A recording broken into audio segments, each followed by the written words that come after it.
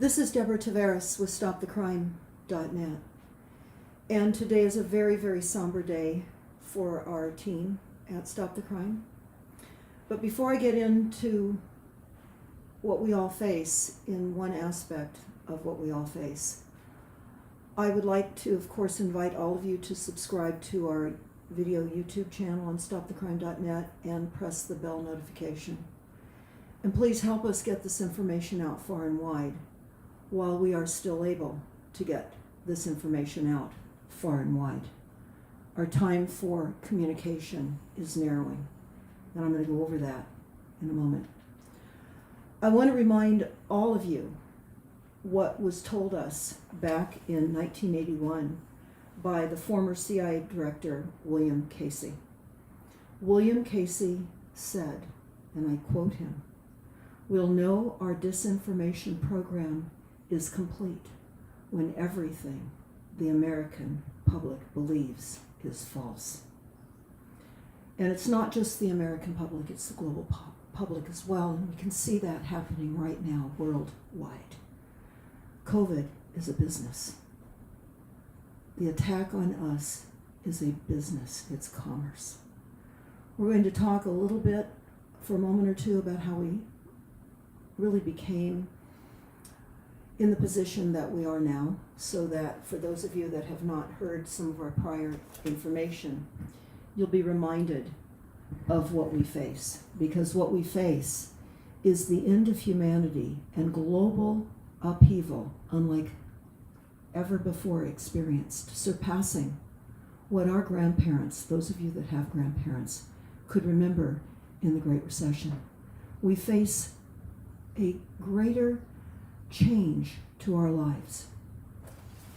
And I want to remind you that Senate Report 93549 revealed long ago that we are the enemy of the state. We're all the enemy. And I can say to you that what we're seeing right now in the NASA war document, of course I've talked about that for many years, and it's actually on StopTheCrime.net. And the title is Future Strategic Issues, Future Warfare, circa 2025. It says in this document that all the technologies that are discussed are fully operational now. Everything is operational. So I'm going to bounce around. I don't have any particular order in mind other than to get out as much information as I can right this minute. I will tell you that you've heard me talk about truth trauma over the years. And truth trauma really doesn't describe how our team at StopTheCrime.net is feeling these days, as we're watching much of what we have been discussing for many years come to fruition. So it is a sad day, and but there is joy and happiness also, and we're going to work on showing you what you can do given what we're going to tell you is being done to us. So what we're seeing right now is a worldwide impact of ongoing IT revolution upon the global societies. What we're seeing right now is a forced transition, whether you like it or not.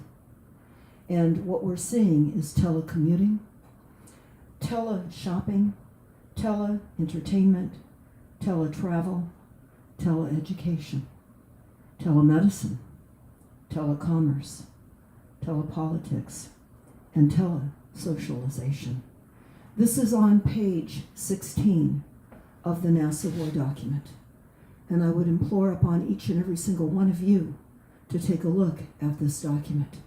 It reveals much of what is occurring on the larger sense, because I'm going to be focusing specifically on Rockefeller and Rothschild's plans to literally bankrupt the global economy. This is a plan. Everything that we are observing that is occurring right now is a plan, a stealth plan that has been hatched many, many, many years ago. I'm going to remind you what the Silent Weapons for Quiet Wars document has told us. And I'm going to actually read some of that to you right now, because it's imperative as I continue to go through the plan that we all face as a result of COVID and the virus and the business. So again, in the Silent Weapons for Quiet Wars document, which you can download off of stopthecrime.net, and we've discussed this for a very long time. And in that document, it reveals that in 1954, at their first meeting at the Bilderberg Hotel, the global elite agreed to a corporative government taking control of the U.S. population. They have taken control of the global population. And of course, we are USA Inc. The U.S. military described this program in detail in a technical manual dated May of 1979 called Silent Weapons for Quiet Wars. This plan was a result of the joint efforts of Rockefeller, Harvard, and the U.S. Air Force. Silent Weapons for Quiet Wars. On page 4, it told us this: it's patently impossible to discuss social engineering or the automation of a society, the engineering of societal automation systems, silent weapons, on a national or worldwide scale, without implying extensive objectives of social control and destruction of human life, slavery, and genocide. Now I'm going to pause for a moment because I have many videos on stopthecrime.net about genocide. I have multiple videos on many of the topics you're going to hear me discuss right now. So I'm going to go on a little bit more with Silent Weapons. For those of you that may not have had an opportunity to read it, I would again ask you to please read it. The Manual of Silent Weapons for Quiet Wars in and of itself is an analog, a declaration of intent. Such a writing must be secured from public scrutiny. Otherwise, it might be recognized as a technically formal declaration of domestic warfare. Furthermore, whenever any person or group of persons in position of great power and without full knowledge and consent of the public uses their knowledge and methodologies for economic conquest, it must be understood that a state of domestic warfare exists between the people in control and the group of persons and the public. We are at war. We are at war. On page 5, the original purpose of the operations research was to study the strategic and tactical problems of air and land defense with the objective of effective use of limited military resources against foreign enemies. It was about logistics. It was soon recognized by those in position of power, Rockefeller and Rothschild, that the same methodologies could be useful for totally controlling our society, and it has. With these 3 inventions under their direction, those in positions of power strongly suspected that it was possible for them to control the world with the push of a button. They are now controlling the world with the push of a button. Immediately, the Rockefeller Foundation got onto the ground floor by making a 4-year grant to Harvard College, funding the Harvard Economic Research Project for the study, the structure of American economy. 1 year later, in 1949, the United States Air Force joined in. It's important to understand that all branches of military are under the control of those in control, the 1% of the 1%. Make no mistake.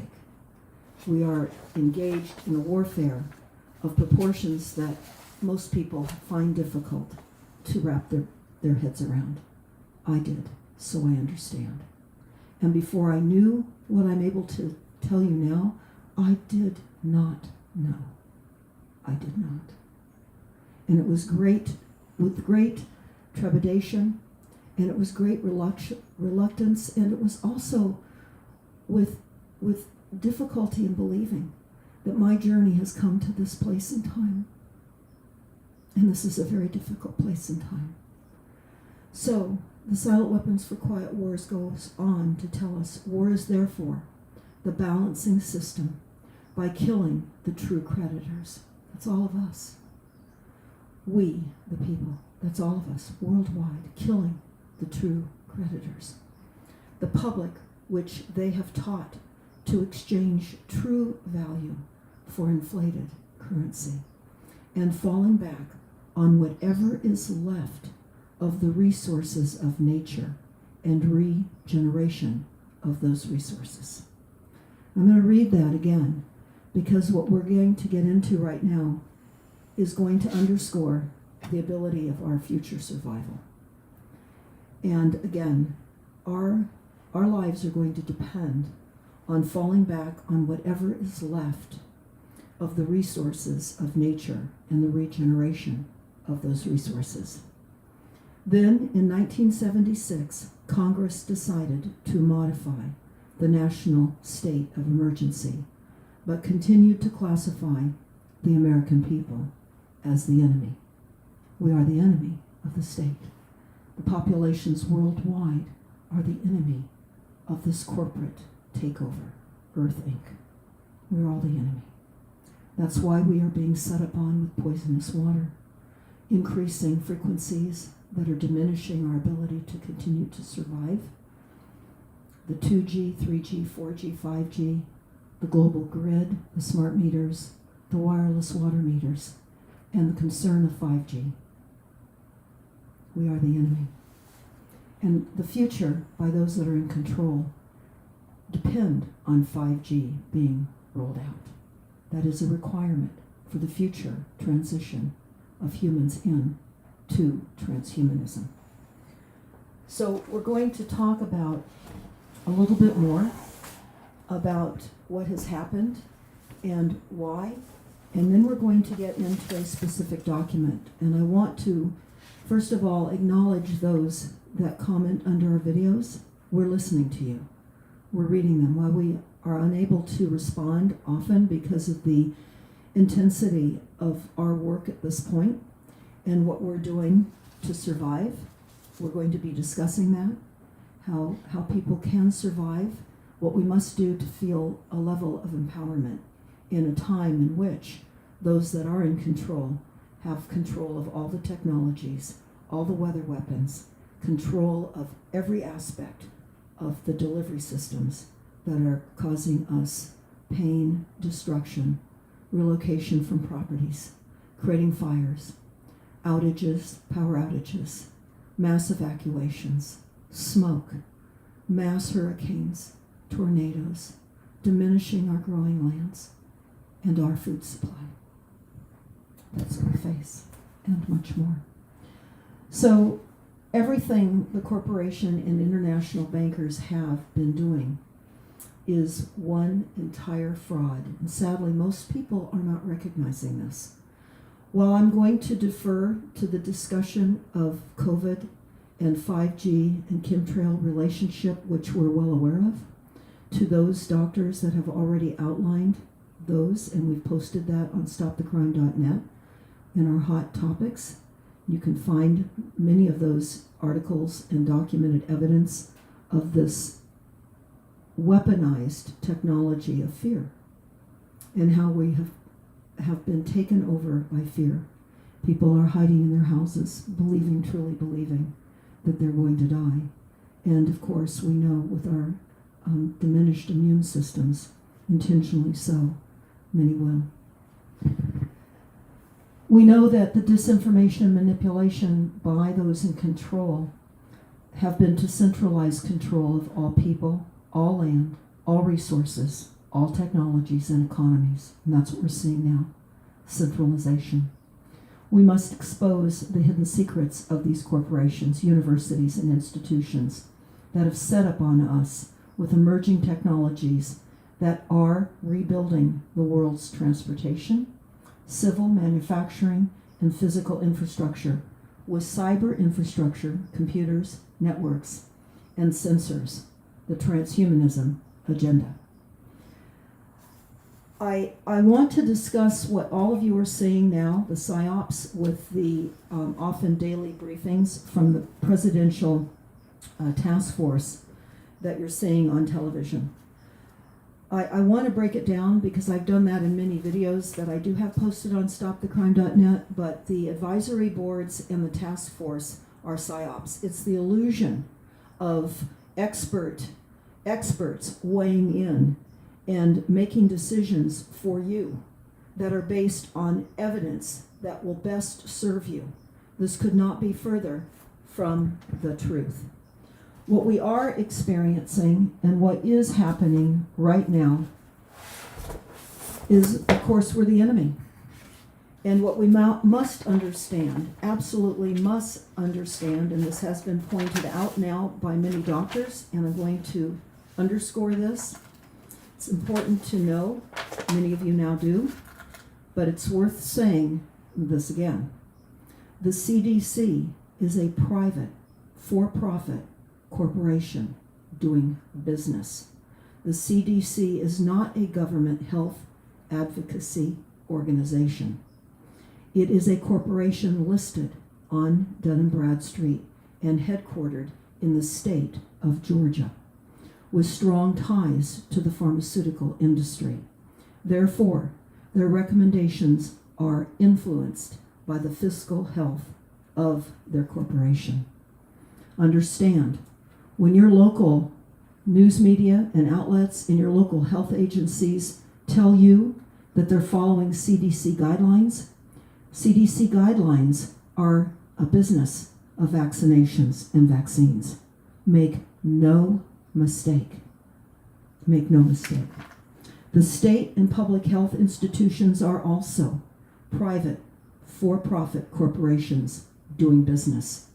When I hear our local health CEO advisor talk to us about social distancing here in Sonoma County, where I am, I know that she is working for the cabal. She's taking marching orders from those that are set to destroy us. And the media is compliant. We know this. So the state and public health institutions, as I said, are private, for-profit corporations doing business. Medical clinic records are frequently reviewed by state public health departments, which are also for-profit corporations listed on Dun & Bradstreet. Did you know that? Did you know that? Who receive money and compensation from the CDC to perform their functions. Therefore, state public health departments' recommendations and actions are influenced by the fiscal health of their own corporations. I hope you're understanding what I'm saying. This is a vast network that is void of ethics and morality and has set to destroy everything that is good and decent. Everything. The American Academy of Pediatrics is also a private for-profit corporation doing business. The American Academy of Pediatrics is not a health advocacy organization.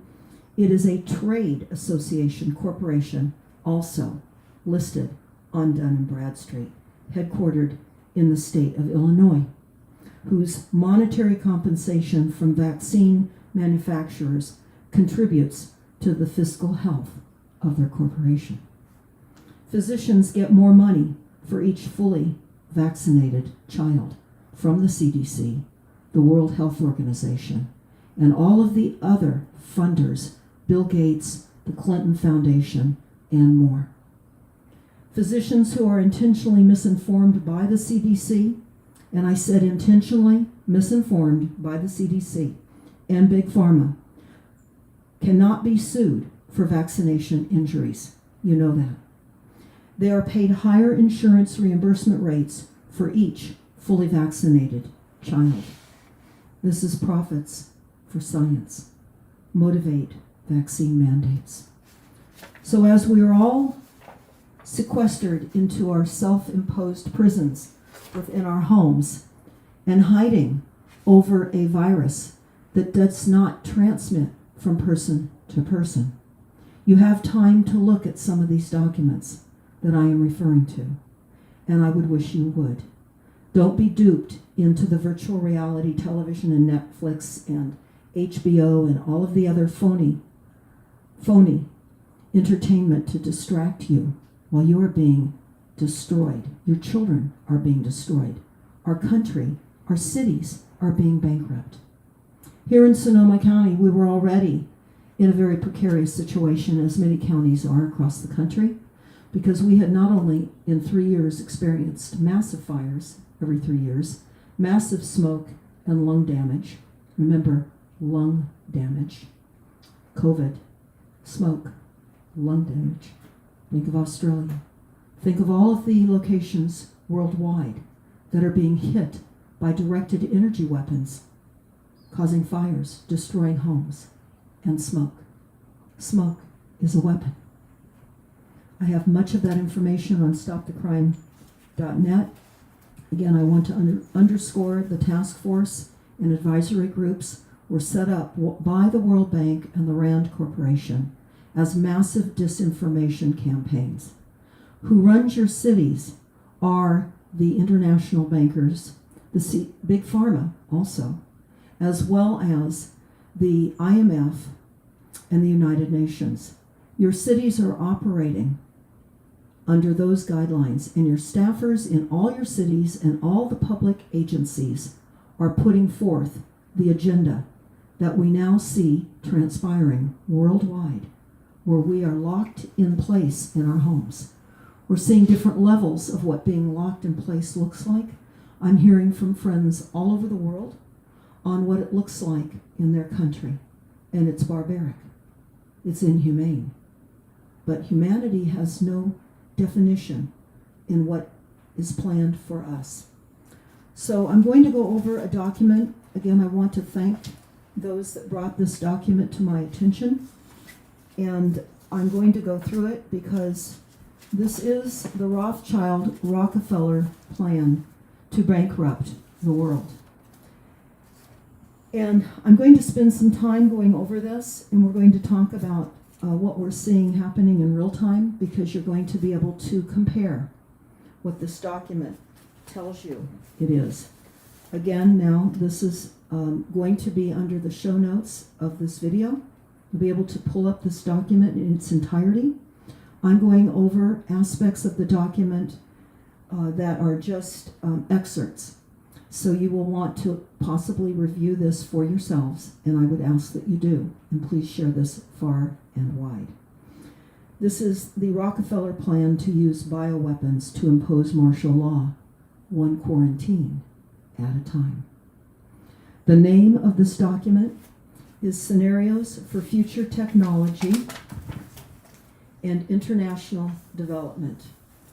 These are the plans to allow for absolute massive achievement of scenario planning. This is script writing in advance of creating the realities that are being created for us.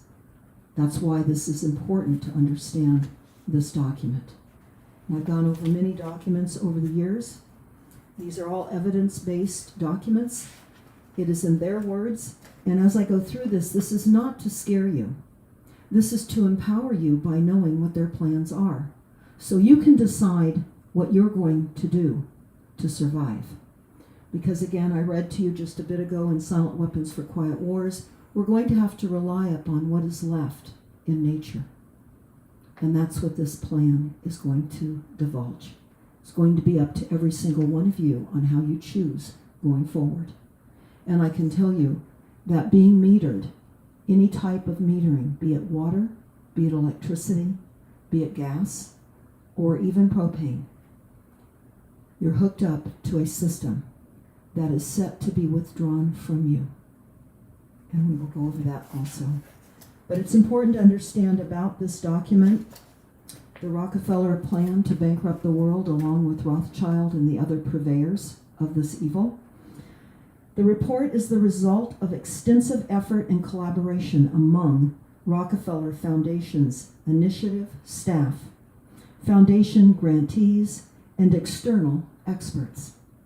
The Rockefeller Foundation and the GBN would like to extend special thanks to all of the individuals who contributed their thoughtfulness to this plan and their expertise to this plan throughout this script writing scenario. Others' enthusiasm and participation in interviews and workshops and the ongoing iteration of the scenario made this co-creative process more stimulating and engaging than it could ever have been otherwise. So I want all of you to understand before I break into this, because this is going to be outrageous. It is outrageous.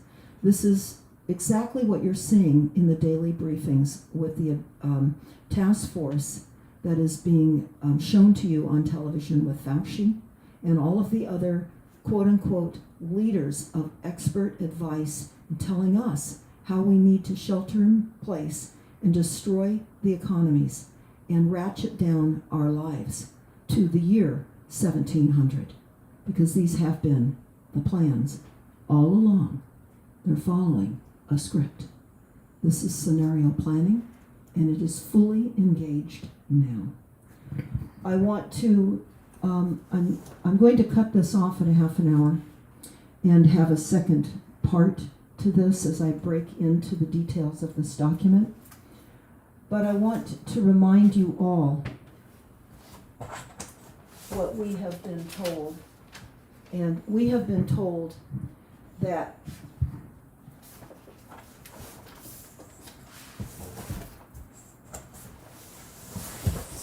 excuse me for a moment here, because I want to get this spot on, and I intend to. We have been told that land cannot be treated as an ordinary asset or controlled by individuals and subject to the pressures and inefficiencies of the market.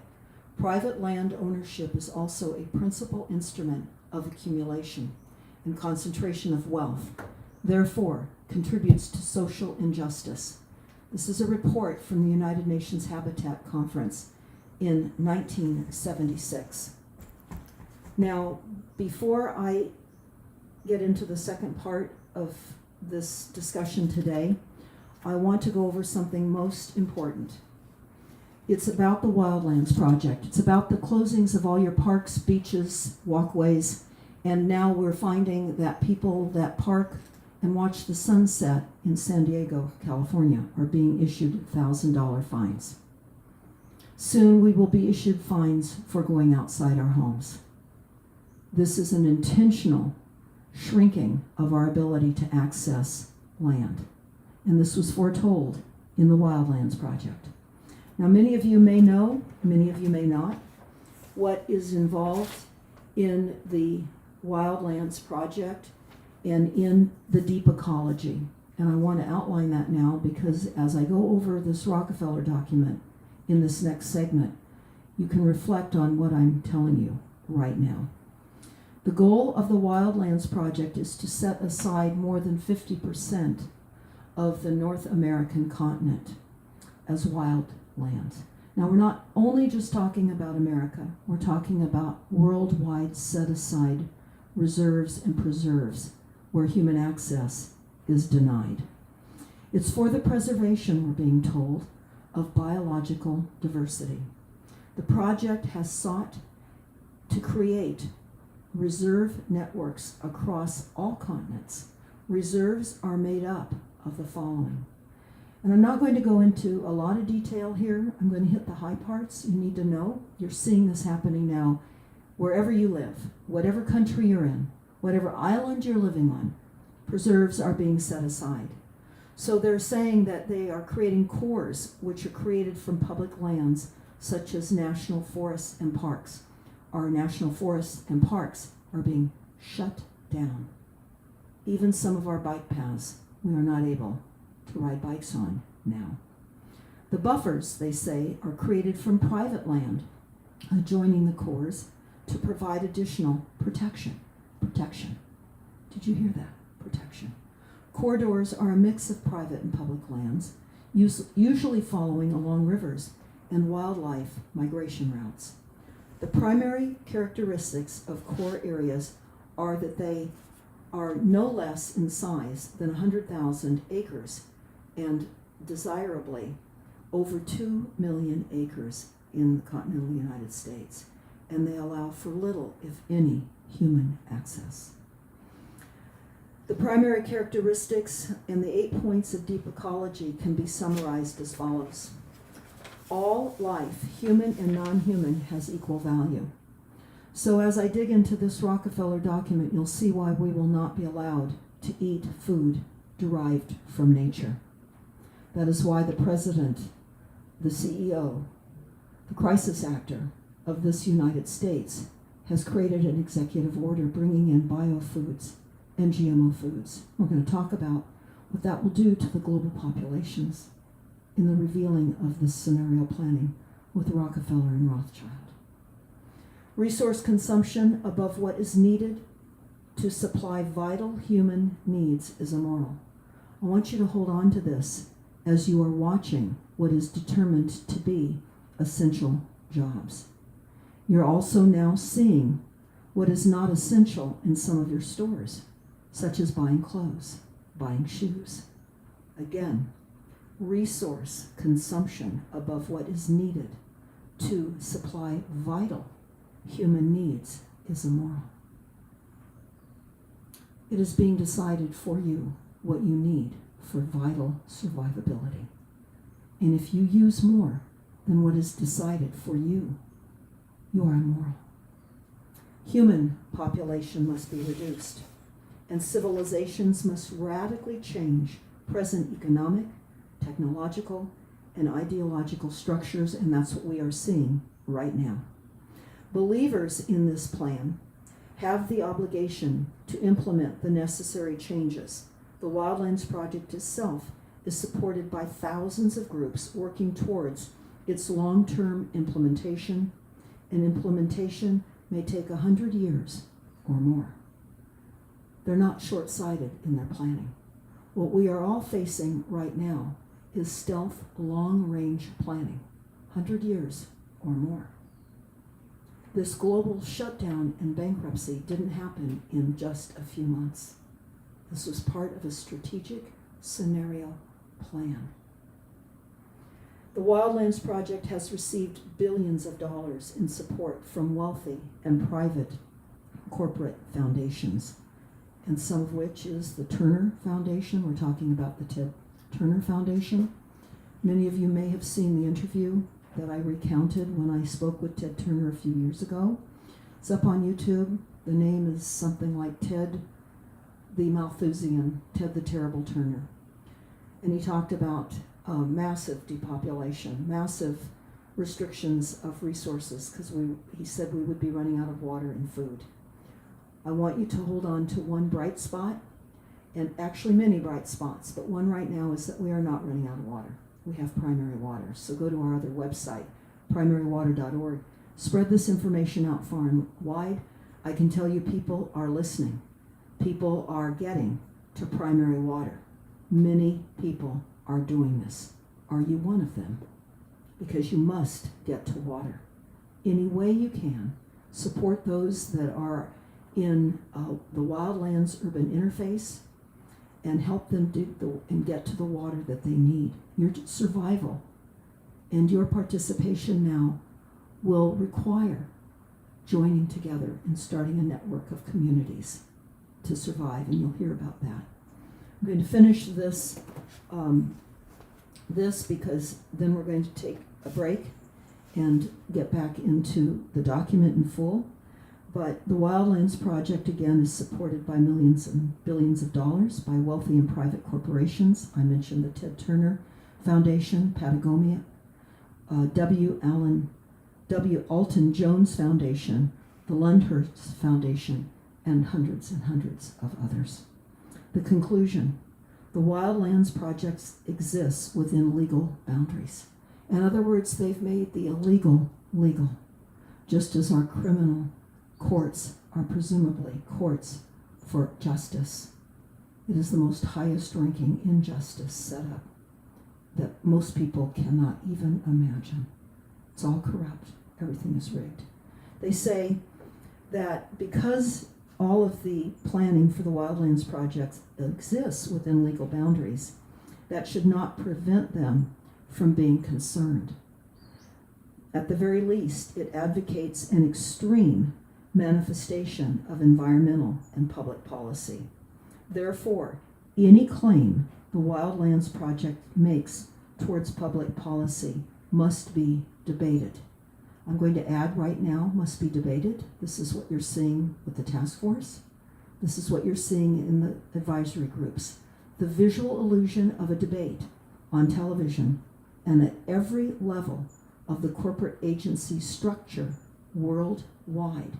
It is the illusion of your consent, because debate is your agreement, and it is not. And ultimately decided in the public arena, so giving again the illusion. Yet to date, it has existed. These plans have existed in anonymity, beyond the knowledge of the wider public. We're going to pause now for a moment, and then we're going to resume into part 2. So I would again ask you to share this portion far and wide and help us get this information out, because the next part is going to be what you're going to need to know moving forward. This is a follow-up to part 1. Now we're in part 2. Again, this is Deborah Taveras with StopTheCrime.net.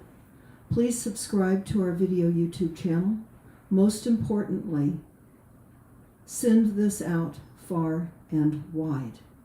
This is in regards to the planned pandemic and the scenario pre-planning of what the pandemic would provide for those that plan and are in control of all technologies, weather, economics, worldwide. And part 1 is necessary for you to hear prior to this, because it sets up what you're going to hear me discuss in this Rockefeller Foundation plan entitled Scenarios for Future of Technology and International Development. And I told you in part 1 that this report is as a result of extensive efforts from many aspects of the Rockefeller Foundation. It took a year for them to assemble this particular assault upon humanity. I discussed with you the silent weapons for quiet wars and the Rockefeller and the intentions of those that are in control to seduce the global population. So again, the Rockefeller Foundation is literally a network of experts and funding mechanisms worldwide. And they've had many workshops, and many people weigh in on the document that you're about to hear. I want to tell you that the Rockefeller Foundation is located at 420 Fifth Avenue in New York. And their telephone number, in case you wish to call them, is area code 212-869-8500. You might as well have direct opportunity to contact those that wish your demise. Also, the Global Business Network is at 101 Market Street, Suite 1000 in San Francisco, in California. And their direct contact number is area code 415-932-5400. We're going to get into this. These are excerpts. This is over a 50-page document, and I have taken out excerpts. We will have this under this video, so you can click on this document and take a look at it for yourselves. We're going to go over the plan that we are all witnessing right now, because this is Rockefeller's plan to use bioweapons to impose martial law, one quarantine at a time.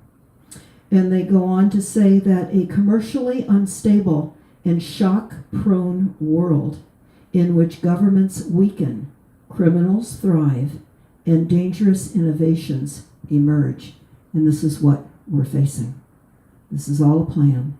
This is all a script that is being played out now.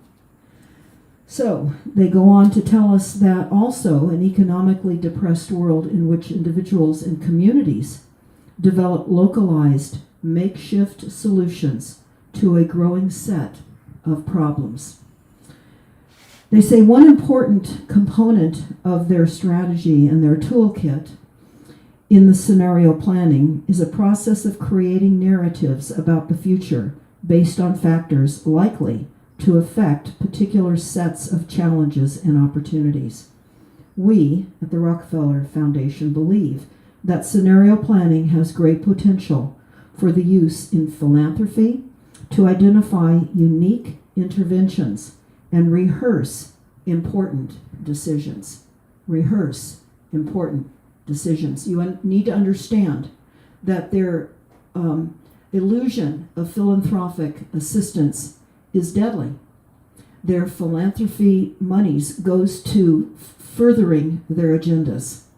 And that's what, sadly, the illusion of philanthropic contributions has been. We have been psychologically programmed with words that are not in our best interest. We think of philanthropies as a good thing, and that the corporations are giving back a little bit of what they've stolen. No, they're furthering their agendas. Important to remember. They say a scenario planning allows the Rockefeller Foundation to achieve impact more effectively. So they use the scenario planning, and they have hired many people, some of which have had 40 years plus career planning in scenario planning.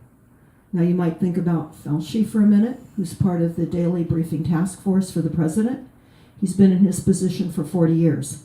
He is a scenario planning. He's involved in this, as are all of those engaged in the task force that you see on television right now. While we are all in lockdown, while all our stores, venues are closed, and while we are in free fall economically, this is a plan to bankrupt the global economy and transition us into a life where we are not going to be permitted to use more than what is necessary for vital human existence. And anything beyond vital human existence is considered immoral. Goes on to talk about technology and how technologies and tools will become the basic necessity for our future survival.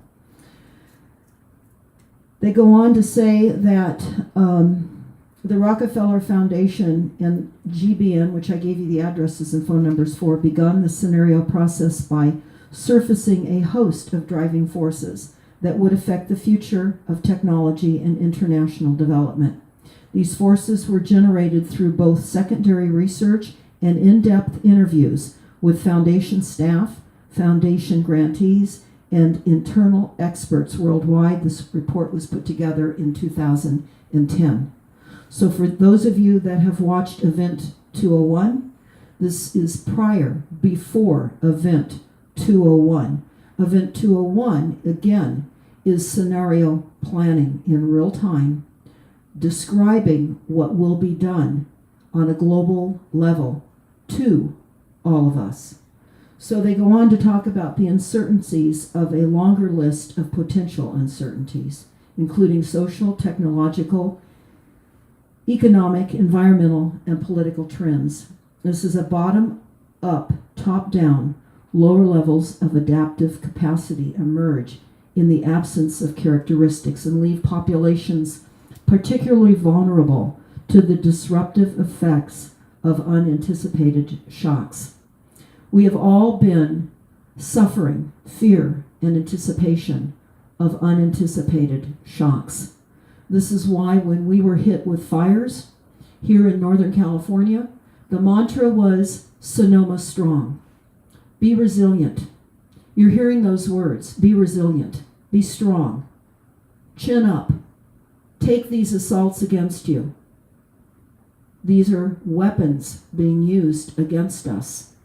And like a battered spouse in a battered relationship, we are expected to be strong and continue to withstand this type of unacknowledged attempts on all of our lives, and to extract everything that all of us have worked so hard to obtain.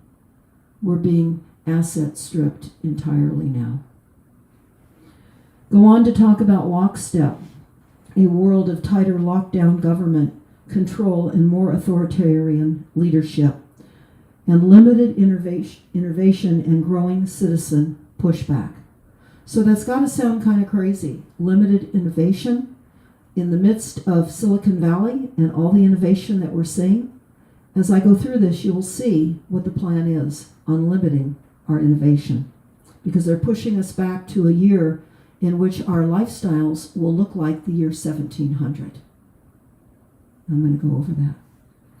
It's also important to understand that the climate action plans tell us that we must maintain the reductions of temperatures between a certain level, and if we don't, there will be retaliation against those states or countries or cities that don't follow the requirements. This is a threat, and this is why we are seeing increasing weather weapon attacks and a variety of economic shocks from top down.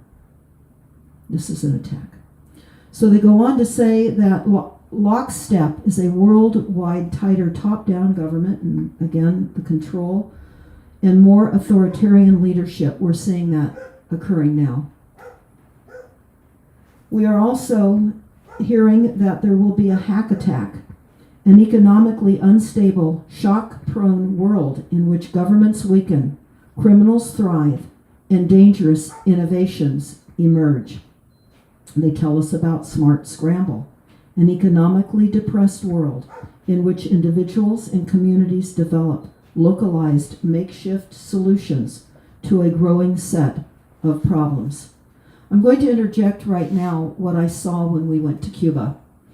When Batista was taken out and Castro was replaced, the assets that everyone owned, the Cubans owned, were all nationalized, became property of the government, the CIA and the IMF and the Vatican. And the Cubans were left with vintage cars in the mid-50s that you see as taxis in Havana. And there has never been any support for parts for those cars. The Cubans have been literally innovative in workshops and in car repair venues, and we've looked at many of those, and have been able to repair with makeshift. That's what we're going to have to be able to do as well. They said that every scenario tells a story of how the world might progress over the next 15 to 20 years, and the time frame is now through the year 2030. This falls in line with the sustainability implementations that we've been hearing, such as UN Agenda 2021, 2030, 2035. So this is a plan through 2030, and they're envisioned from the year 2010 through and up through 2030. They go on to tell us that they invite us to immerse ourselves into each future world and consider 4 different visions for the evolution of technology and international development up to the year 2030. Again, the Rockefeller plan to use bioweapons to impose martial law, one quarantine at a time, is discussed on page 18. And scenario pre-planning, a world of tighter top-down government with authoritarian leadership worldwide. So, again, keeping in mind that this was put together as scenario planning and pre-planning in 2010, this is what they tell us will start occurring. In 2012, the pandemic that the world had been anticipating for years finally hit. Unlike the 2009 H1N1, the new influenza strain, they say originating from wild geese,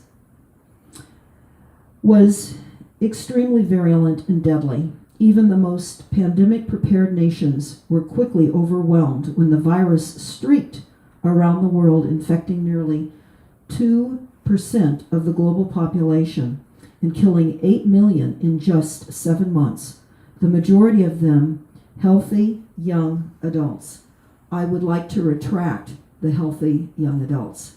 We're talking about COVID right now, and that is a cover-up for intense saturation of frequencies and the fact that many people have immune-compromised systems and they will not survive this increased, amped-up frequency that we have military weapon systems disguised as civilian communication networks. This is what has occurred. So I go back into their scenario planning. They tell us that the pandemic also had a deadly effect on economies. International mobility of both people and goods screeched to a halt. Sound familiar? This is exactly what is happening right now. Our mobility is screeched to a halt. This is UN Agenda 21 ramped up.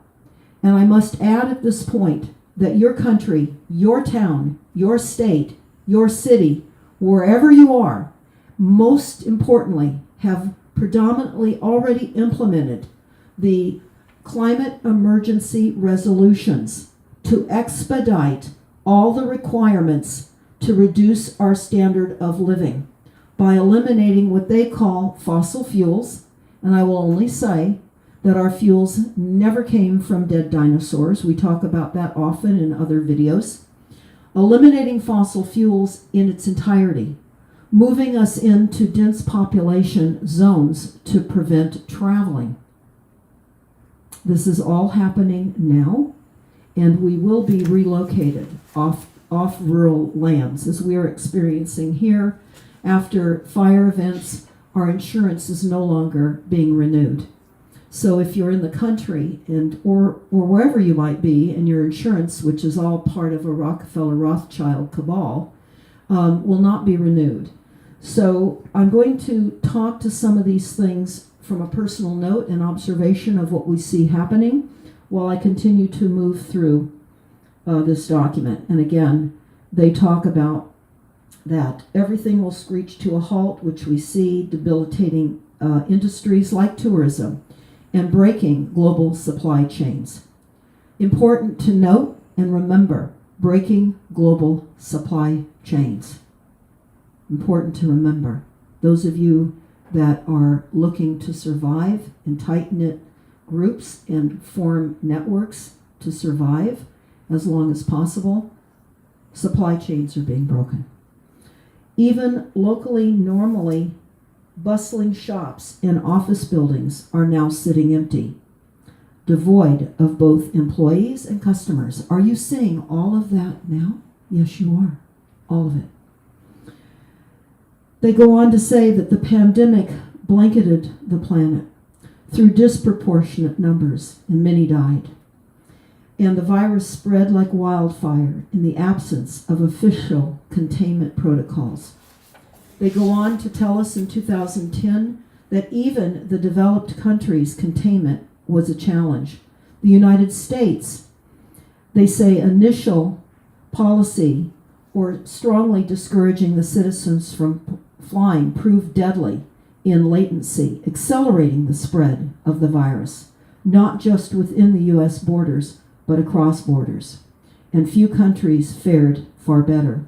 They talked about China and how the Chinese government was quick to impose enforcement of mandatory quarantines for all citizens, as well as its instant sealing off of all borders, and how that saved millions of lives, stopping the spread of the virus far earlier than any other country and enabling a swifter post-pandemic recovery. I will tell you, the post-pandemic recovery is not going to look anything as our lives looked like a month ago. will not look like anything what you remember a month ago when they started to close down our area on St. Patrick's Day, February 17th of 2020. Our lives will not return. Remember, I was telling you in part 1 that the plan is telecommuting of everything. Teleshopping, tele-entertainment, teletravel, teleeducation, telemedicine, telecommerce, telepolitics, and telesocialization. Everything from afar. They go on to tell us in this, during the pandemic, national leaders around the world flexed their authority and imposed airtight rules and regulations, from mandatory wearing of face masks. Are you listening to this? Back in 2010, they are scenario planning and wrote the script. So again, during the pandemic, national leaders around the world flexed their authority and imposed airtight rules and restrictions, from one mandatory wearing of face masks to body temperature checks at entries to communal spaces like markets, train stations, and everywhere else you wanted to go. Even after the pandemic faded, this more authoritarian control and oversight of citizens and their activities stuck and even more intensified. In order to protect themselves from the spread of increasing global problems and from pandemics and international terrorism, to environmental crises and rising poverty, leaders around the world took a firmer grip on all power, on all of you. We are going to see this massively. As I said in part 1, right now, they're issuing fines on people that sit and look at the sunset in San Diego and Southern California right now. $1,000 fines. You can't look at the sunset. At first, they tell us that the notion of more controlled world gained wide acceptance and approval, and citizens were willing to give up more of their sovereignty and their privacy. All of you are giving up more of your privacy by hiding in your homes from a business model of COVID that does not pass from person to person, as we are being told. We're hearing about hospitals in many instances are empty. They're bleeding out hundreds of thousands of dollars per day. They're empty. The hospitals that we are seeing are likely, and you can look into it for yourself, crisis actors. Because we have crisis actors of head of government. They're crisis actors. They're following scenario planning from those top 1% of the 1%. Make no mistake. They go on to tell us that in exchange for greater safety and stability, we will hover and accept less rights. Citizens were more tolerant and even eager for top-down direction and oversight, and national leaders had more latitude to impose order in ways they saw fit. In developed countries, this heightened oversight took many forms. And I want you to listen to this. Biometric IDs for all citizens. Are you hearing that now? Yes, you are. For example, in tighter regulation of key industries whose stability was deemed vital to national interests. More totalitarian authority and leadership worked less well in some cases, tragically, they're telling us, in countries run by irresponsible elites who use their increased power to pursue their own interest at the expense of their citizens. Wouldn't you say that is the United States Incorporated? Absolutely. Wouldn't you say those were the global governments around the world and how they're enacting authoritative and authoritarian regulations and rules and restrictions? Absolutely. They go on to say, across the developing world, the story was different and much more variable. Top-down authority took different forms in different countries, hinging largely on the capacity, caliber, and intentions of their leaders. There were other downsides as the rise of virulent nationalism created new hazards. Again, I encourage you at this time to read Silent Weapons for Quiet Wars to tie into what you're hearing being said. So in this 2010 Rockefeller Foundation scenario script for our future, they're telling us this. By the year 2025, people seemed to be growing weary of so much top-down control and letting leaders and authorities make choices for them. I hope we don't wait till the year 2025 to stop this. We have to act as soon as possible to unplug from a corrupt system. They say whenever national interests clashed with individual interest, there was conflict. We've been seeing conflict prior to the COVID scare all over the world. People backlashing in Hong Kong, Venezuela, in France, all over the world, Ecuador. We have been protesting a government that doesn't exist for us. We're going to have to connect as people within our communities if we're going to survive, as this document will inform you is necessary. So they go on to say that there will be civil unrest, and in 2026, protesters will be brought down and they will be fed up of entrenched cronyism and corruption. Even those who liked the greater stability and predictability of this world began to grow uncomfortable and constrained by so many tight rules and by the strictness of national boundaries. So I hope you just heard what you just heard, the strictness of boundaries. We're going to need permits to travel, and in most instances, that's unsustainable. The governments have worked hard to establish all of these top-down control methods. And this is interesting because this is a quote in this document. It says, "Is it possible to discipline and control some societies from time to time? It might be, but not the whole world all of the time. The whole world right now is being controlled."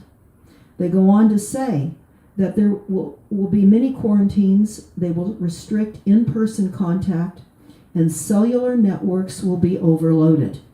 Are you hearing over the news now that your at-home cellular and wireless use is slowing down broadband? Yes, you are.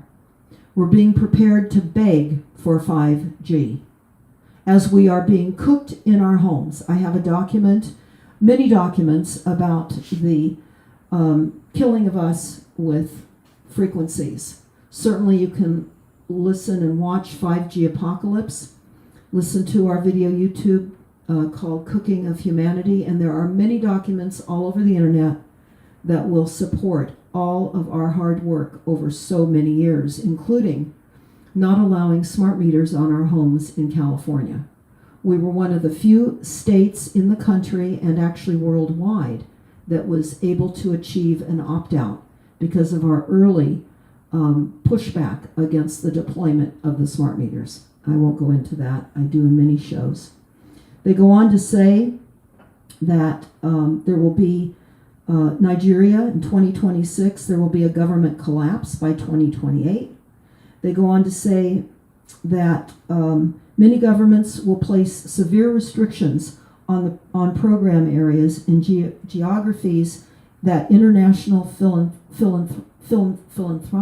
philanthropic people can work in. In other words, they became aware that those in control and their philanthropic work was detrimental to their local economies. And so many of the leaders saw this, and they were leading to a narrower and stronger geographic focus on grant making in their home countries only. You're hearing about grant makings. Those are bribes through the corporate structure. People feel that that's free money. It's not. It's indebting every single one of us. We're going to soon be looking at massive, massive home foreclosures worldwide. And for many of you, sadly, that have taken on loans such as the PACE loans that we have talked about, PACE loans, when you work out an arrangement with your local tax assessor, that does not take into account the PACE loans that already may be part of your indebtedness in your property. They go on to talk about scanners using advanced functional magnetic resonance imaging, or fMRI technology, will become the norm at all airports and other public areas to detect abnormal behavior that will indicate an antisocial intent. They go on to say, in the aftermath of the pandemic scares, of which there will be many, smarter packaging for food will emerge. The big corporations will repackage food, and it will gradually be adopted for individual products and consumers at a lower level. Food costs are going to escalate, and that is why you're going to hear later on about the advancement of GMO through the food scarcity that is being deliberately created right now. In fact, I'm looking at the Sunday paper here on the front page of the agricultural industry. There is no place to sell food. Beet, B-E-E-T fields are being plowed under. Eggs are smashed due to the virus. They're reducing our food supply. That's the intention. What we're seeing in our markets right now is that retailers are more tightly organizing the produce areas and canned areas, because when they place their orders, they're not getting the orders that they've requested. And so it's an appearance that things are not disappearing from the shelves, when in fact they are. Supply chains are being cut, and we are not going to be able to access food. They go on that there will be new diagnostics that will be developed to detect communicable diseases. The application of health screening will also change. Screening will become a prerequisite for release from hospitals or getting jobs. They go on to say that there will be a telepresence and teletechnologies that will respond to the demand for less expensive and lower bandwidth, sophisticated communication systems for populations whose travel has become restricted. Driven by protectionism and national security concerns, nations create their own independent, regionally defined IT networks. They go on to say that governments have varying degrees of success in policing internet traffic, but that these efforts will fracture the World Wide Web. Get ready to have your communication cut. That was being experimented here in Northern California during our fires of 2019. Cell towers were intentionally burned. We lost at least 70 of them in the initial fire of 2017, and we were without cellular communication. So people that were fleeing their homes with the flames lapping at their heels were unable to access any alerts on their cell phones. So be prepared with alternative communication devices. Think about what I'm saying to you right now. Alternative communication devices. Why do you think the cabal of our fire departments, such as CAL FIRE here in California, and the fire agencies worldwide have been removing repeaters for ham radio operators? Why do you suppose that? So that social distancing becomes massive distancing and unable to communicate. So we will not know what's happening to you 50 miles away, because we will have restricted travel.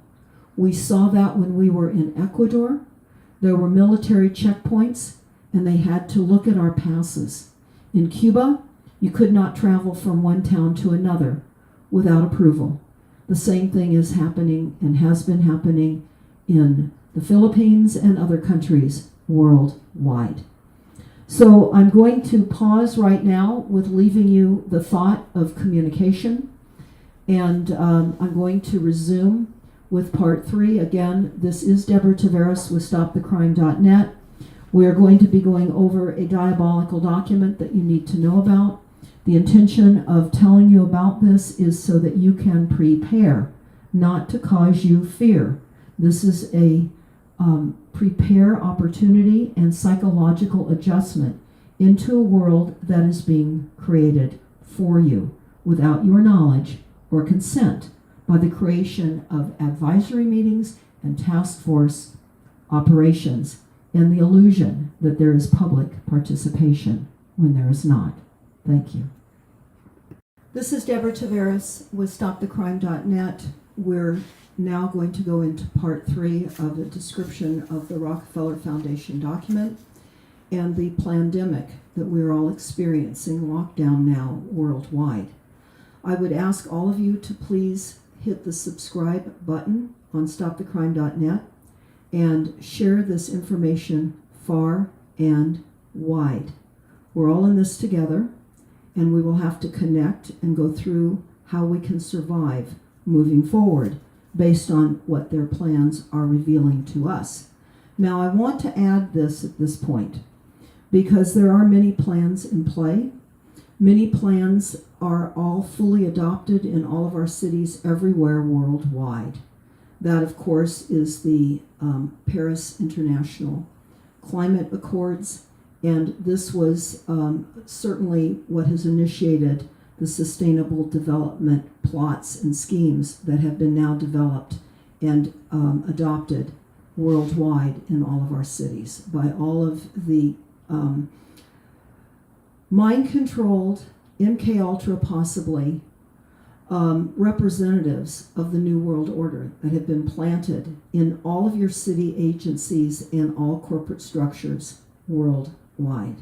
It's hard to know how to explain that, but I can tell you back in January, on January 10th of 2020, I attended a diabolical meeting, and it was a discussion about transitioning all of us off of fossil fuels, off of the use of diesel. They're saying diesel free by 33, no propane to be used, limited travel, no car idling. You cannot idle. And I will tell you, Sonoma Clean Power, I've spoken in the 3 minutes that are allocated to the public, of which I'm the only one, is the bowels of hell. This is where policies are created that the cities are rubber stamping. There are many, many behind closed door meetings that the public is unaware of because you don't need to know that, and sadly, they're in full throttle forward. These plans, as I see, are unstoppable. And the transition to only renewables is a military operation called microgrids. I will say this again because as I get back into this Rockefeller document, it's important to understand what microgrids are and who's behind the microgrid disinformation, and that would be Rockefeller and Rothschild. And we're told here in our bill from Pacific Gas and Electric, again, Rothschild, that on January 21st of 2020, Pacific Gas and Electric filed its proposal to increase rates to safely reduce impact of future public safety power shutoffs. In other words, when they turn the power off, as we experienced many times in the year of 2019 during the fires. And they say events will expand, and they will be expanding the use of microgrids. Microgrids are designed to provide local sources of power to customers when there is a wider outage on the electric grid.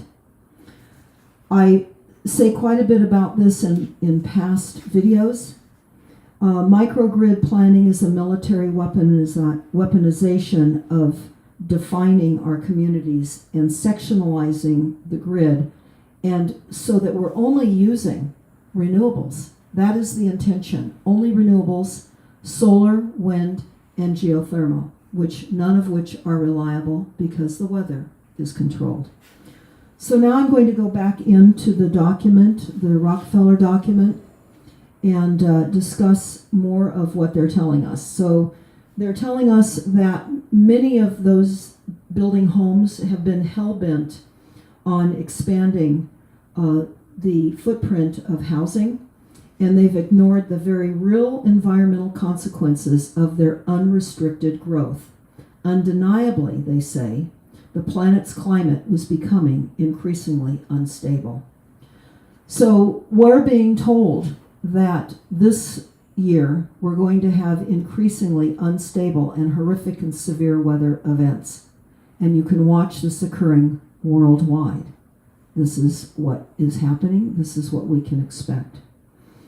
Also, they're saying that countries continued to build out coastal megacities. Now, why I say coastal megacities is that the militaries, all branches, are under heavy assault against populations on all low-lying coastal areas. I have many YouTubes where we break down how all branches of the military are literally being used to cause and force relocation from the coastlines, wherein 70% of the global populations reside. Certainly, I would recommend you take a look at a YouTube that we have up on Stop the Crime called Coastlines Under Attack. They go on to say how they will show the devastating effects of climate change, and that there will be motorboats navigating through lower Manhattan, and that will jar the world's most powerful nations into realizing that climate change was not just in the developing world or a problem only in the developing world. There will be new measurements showing that atmospheric carbon dioxide levels were climbing precipitously, created new urgencies and pressure for governments, really for everyone, to do something very fast. This is a threat of fraudulent science. This is weather control. This is a powerful tool of literally slamming those that do not concede to the global agenda by those that control these technologies. We have weather weapon deniers. We are creating a snitch world, a snitch nation of people narking on one another. I will tell you, recently I saw a couple that was in our town here that was not wearing a face mask while it is not required. And a fellow was wearing just a bandana. And he walked up to that couple and he said, "You are deniers." And I saw this with my own eyes. And the fellow said to them, "You're looking at me as if I'm crazy." And fortunately, one of the people said, "Well, you are crazy." So we're going to be set upon, photographs will be taken, and you will be compromised if you're out and about not following the agenda. This is, again, the authoritative takedown of how we live going forward coming out of this pandemic. Make no mistake. So they go on to say that worldwide pressure to reduce waste will increase, and new globally coordinated systems for monitoring energy use and capacity, including smart grids. We already have smart grids, but it's going to become more intense. Smart grids meaning, of course, the smart meters, the smart water meters, and all of the surveillance that we're seeing rolling out everywhere. Centralized global oversight and governance structures will spring up everywhere, not just for energy use, but also for disease and technology standards, and will require more tech-enabled data collection, processing, and feedback. Enormous surveillance systems will be further rolled out, allowing citizens to access data, all publicly available in real time, all the time. Nation states have lost their power and importance as global architecture strengthened and regional governance and structures emerged. International oversight and entities like the UN will take on new levels of authority, as did regional systems. They go on to say, and this is a very interesting quote on page 28 of this document, What is often surprising about new technologies is collateral damage. The extent of the problem that you can create by solving another problem is always a bit of a surprise. And they go on to say technology and health will change, and we're seeing that occurring now. We're all seeing that we are experiencing global medical discussions with our doctors as we are being sheltered in place.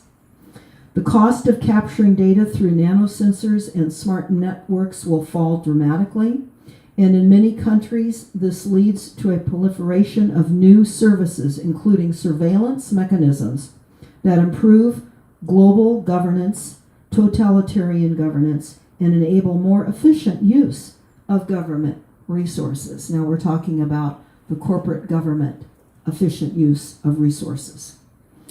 Intelligent electricity, water distribution, transportation systems develop in urban areas.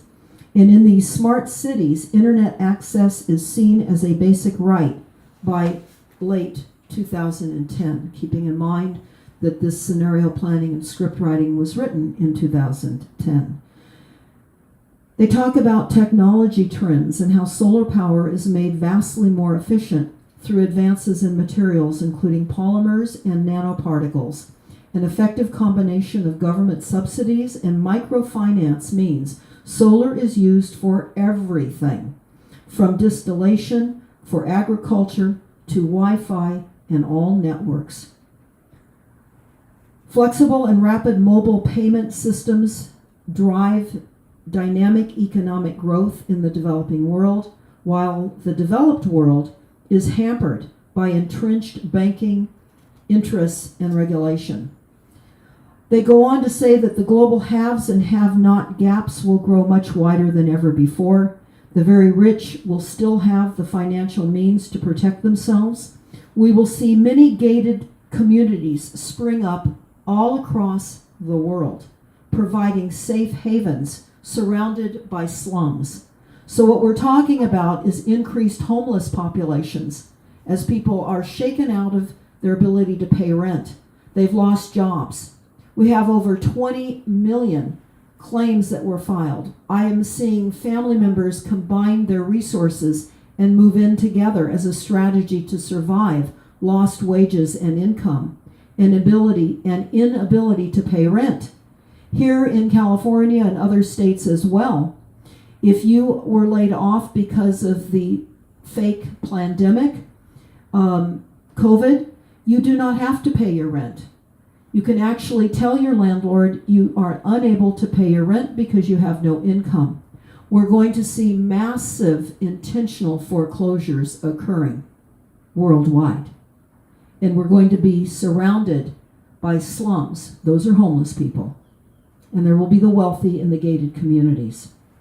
They go on to say by the year 2025, it was de rigueur to build not a house, but a high-walled fortress, guarded by armed personnel.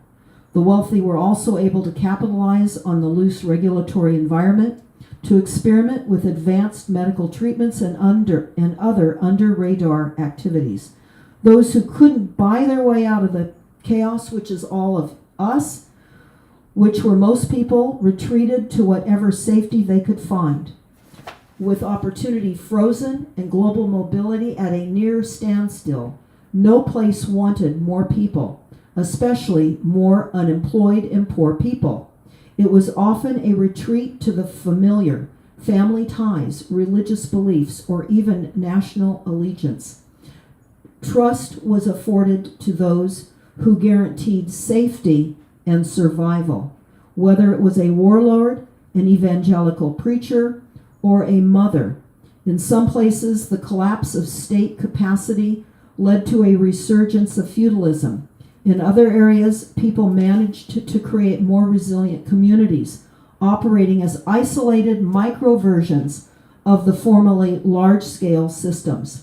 The weakening of the national governments also enabled grassroots movements to form and grow, creating rays of hope amid the growing bleakness.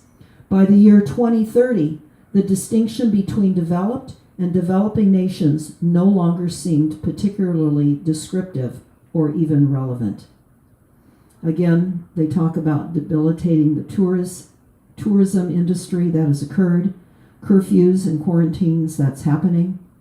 They go on to say, and we know, of course, I'm adding this now, that the CDC owns the patent on Ebola. They also discuss how pharmaceutical giants will release thousands of drug compounds, and they will also open up R&D for many to participate in their activities. There will still be failed states and places with few resources. Rapid progress had created new problems. Rising consumption standards unexpectedly ushered in a new set of pressures. The improved food distribution, for example, generated a food production crisis due to greater demand. Demand for everything was growing exponentially, and supplies we're seeing are being intentionally reduced. That's my comment. And they go on to say by the year 2028, despite ongoing efforts to guide smart growth, it was becoming clear that the world could not support such rapid growth forever. Again, the cost of capturing data through nanosensors and smart networks fell increasingly.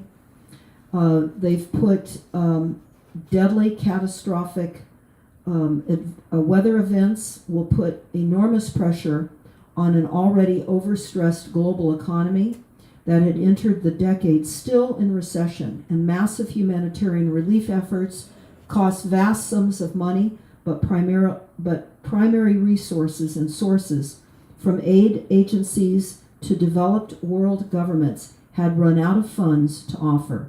Most nation states could no longer afford their locked-in costs, let alone respond to the increased citizen demands for more security, more health care coverage, more social programs and services, and more infrastructure repair. And they said that they will see on the front headline of The Economist, "Is the planet finally bankrupt?" Important to note this in regards to GMO foods. In the cities and villages around the world where children used to be hungry, access to higher calorie meals have produced alarming increases in the incidence of obesity and diabetes. The demand for meat in particular was rising, but adding more animals to the planet created its own set of problems, such as more methane and spiking water demand. They're saying that there were dire circumstances forced through trade-offs, and in 2015, again, remembering that this document was put together in 2010, they said in 2015 the U.S. relocated a large share of defense spending to domestic concerns pulling out of Afghanistan, where the resurgent Taliban seized power once again. In Europe, Asia, South America, and Africa, more and more nation states lost control of their public finances, along with the capacity to help their citizens and retain stability and order. Resource scarcities and trade disputes, together with severe economic and climate stresses, pushed many finances and partnerships and alliances to the breaking point. They also sparked proxy wars, etc. Criminal networks also grew highly skilled in counterfeiting illicit goods through reverse engineering. Many of those rip-offs and copycats were poor quality or downright dangerous. Context to weak health systems, corruption, and inattention to standards, either within countries or global bodies like the World Health Organization. Tainted vaccines entered the public health systems of several African countries. In 2021, 600 children in Africa died from a bogus hepatitis B vaccine, which paled in comparison to the scenario sparked by mass deaths from anti-malarial drug years later. The deaths and resulting scandals sharply affected confidence in vaccine delivery. Parents, not just in Africa but elsewhere, began to avoid vaccinating their children. Again, this was written in 2010, and you're seeing the scenario playing out just as the script is written.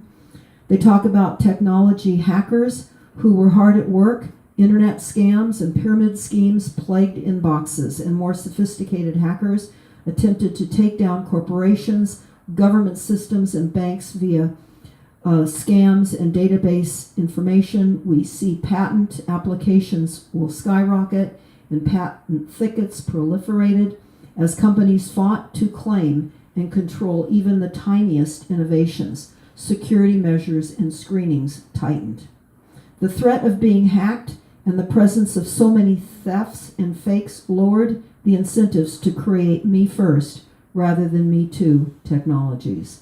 They go on to say that pharmaceuticals quickly became artifacts of the past, replaced by increased production of other aspects of technologies. And they talk about how in 2022, a biofuel breakthrough in Brazil was protected as a national treasure and used as a bargaining chip in trade with other countries. And verifying the authenticity of anything was increasingly difficult. I want to add at this point that in a bill that we received from Rothschild in our utility bill, there was a link to FEMA. And in that link to FEMA, it talked about the importance of having printed off documents that show your ownership to whatever it is that you own. Because with the internet going down, as they're saying it will here, that if you can't identify what you own, then it will be very difficult to prove what you've lost. So, of course, in your go bags and your bags that they suggest we have for evacuating from fires and floods and all the other horrific assaults they have on us, be sure you have a go bag packed up with all of your identifications. They say Western multinationals unveiled the first range of new GMOs that boosted agricultural productivity on the continent. And despite the efforts, the global have and have-nots grew wider than ever. The very rich still had the financial means to protect themselves. And I told you about how gated communities spread throughout the world. And those, again, who couldn't buy their way out of the chaos, which was most of us, retreated to the safety of family members. We're seeing that occur now. What we also are being told here in this document is it's so diabolical. They say by 2030, the distinguish between developed and developing nations will no longer seem particularly relevant. I've already told you that. It's worth repeating. And the trade disputes and verifications of technology and what you own. Identity verification technologies will become a staple of daily life with some hitches. A database of retina recordings will be stolen by hackers in 2017 and will be used to create numerous false identities still at large in the mid-2020s. The global recession that started in 2010, they are telling us, did not trail off, but dragged onward, and various attempts to jumpstart markets and economies didn't work, or at least not fast enough to reverse the steady downhill pull. The combined private and public debt burden hanging over the developed world continued to depress economic activity, both there and in developing countries, with economies dependent on exporting to formerly rich markets. Without the ability to boost economic activity, many countries saw their debts deepen and civil unrest and crime rates climb. The United States, too, lost much of its presence and credibility on the international stage due to the deepening debt, debilitated markets, and a distracted government. This, in turn, led to the fracturing or decoupling of many international collaborations that started by a reliance on U.S. continued growth. The investment dollars needed to build out the necessary infrastructure simply wasn't there any longer. When cell towers and fiber optic cables broke down, repairs were often delayed by months, if not even years, and as a result, only people in certain geographic areas had access to communication, while others became more isolated for lack of communications and connections. And I've been talking to you about how the internet and cell phones will be certainly unavailable for a majority of people.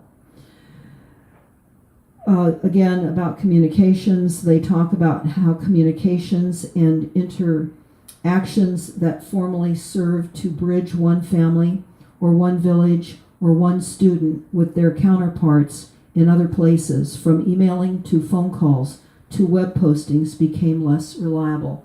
I don't know about all of you that are listening, but we have been noticing here in Northern California many additional cell phone drops, many messages that are not being delivered. This is in preparation. And I can tell you right now that the telecom industry is in the process of eliminating our ability to connect. And there's just so much here. And I want to just hit the most important finale here. Well, not necessarily most important. You've already been hearing a lot. But most innovations in these better off places involved modifying existing devices and technologies to be more adaptive to a specific context. But people who found or invented new ways in technological and non-technological to improve their capacity to survive, and in some cases to raise overall living standards. Makeshift, good enough technology solutions addressing everything from water purification and harnessing energy to improve crop yield and disease control will emerge. Communities will grow tighter. Micro manufacturing, communal gardens, patchwork, energy grids will be created at the local level for local purposes. Many communities will take on co-ops, and some even launching currencies designed to boost local trade and bring communities closer together. Economic and political instability will fracture societies in the developed world, and resources for technology and development will diminish. Talented immigrants are forced to return to their countries of origin. We're seeing all of that now. As a result, capacity and knowledge are distributed more widely, allowing many small pockets of do-it-yourself innovations to emerge. Low-tech, good enough solutions abound, cobbled together with whatever materials and designs can be found. Transfer of cutting-edge technology through foreign direct investment is rare. Structural deficiencies in the broader ecosystem will emerge, and in accessing capital markets and stable networks, and in the proliferation of local standards limit wider growth and development. Breakdowns in global medicine supply chains will accelerate. The emergence of locally bioengineered super strength homeopathic remedies will replace antibiotics in the dispensaries of many developing world hospitals. And again, widespread micro manufacturing, use of 3D printers will enable the fabrication and replacement of components. Garden allotments will proliferate in megacities as new urban dwellers seek to supplement a scarce food supply and maintain their agricultural heritage. There's so much more in this document, in this report by the Rockefeller Foundation to discuss, but I'm going to leave it up to you to go through this document yourselves. It is the roadmap. It is the scenario planning. It is what has been literally forecast for our future. And many people will say, well, this is just one document. No, this is one document that overlays a myriad of documents that we have been reporting on for years. This is an evidence-based document that absolutely ties together many of the other documents that are adopted worldwide in your cities everywhere. And you can take a look at what is adopted in your cities, especially when it comes to the climate emergency resolutions. you will see the intention to eliminate all travel, all use of fossil fuels, all use of propane and diesel, and limit your ability to travel. This is the plan. We're seeing this roll out now. This is what many people referred to as the Green New Deal on steroids. There's nothing green, it's not a deal, and it is absolutely not new. So I wish all of you well.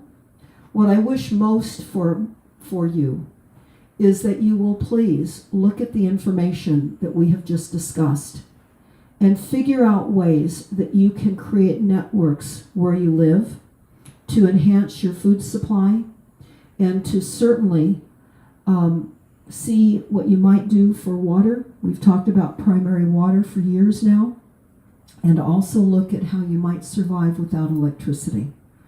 And we've had the opportunity here in Northern California to experience that firsthand with the planned power outages, which is a shift onto small microgrids. It's a military operation. And our cities now are being broken into small little areas for easy capture without communication, so no one will know what's happening only 20 miles away. I leave you with this. I leave you also with the idea that we will be getting information out through this lock-in-place lockdown that we are all in. And we will continue to report. So again, subscribe to stopthecrime.net, to our video YouTube channel. Tap the bell notifications so you will be advised as we roll out other information. For those of you that have been concerned about my whereabouts, please do not be concerned about my whereabouts. I'm here, and I am within the bowels of devil-making policies that have been so crushingly difficult to process that it does take time for me, even me, to absorb and then to be able to articulate these policies to you. And I have put up so many videos over these many years. And if you start at any point in time in the videos, it becomes a journey into what you will see occurring now. So this is Deborah Taveras with StopTheCrime.net. All of us at Stop the Crime wish you well. We will continue to post videos. Thank you all for listening.